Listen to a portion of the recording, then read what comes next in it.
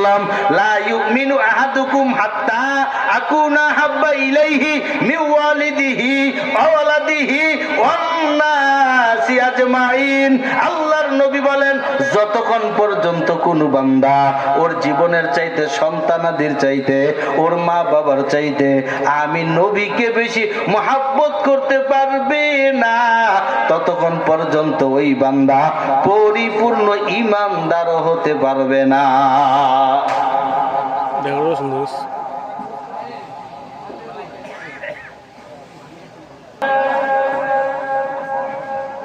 তাইলে নবীকে মহব্বত করতে হবে বিবির চাইতে কম না বেশি?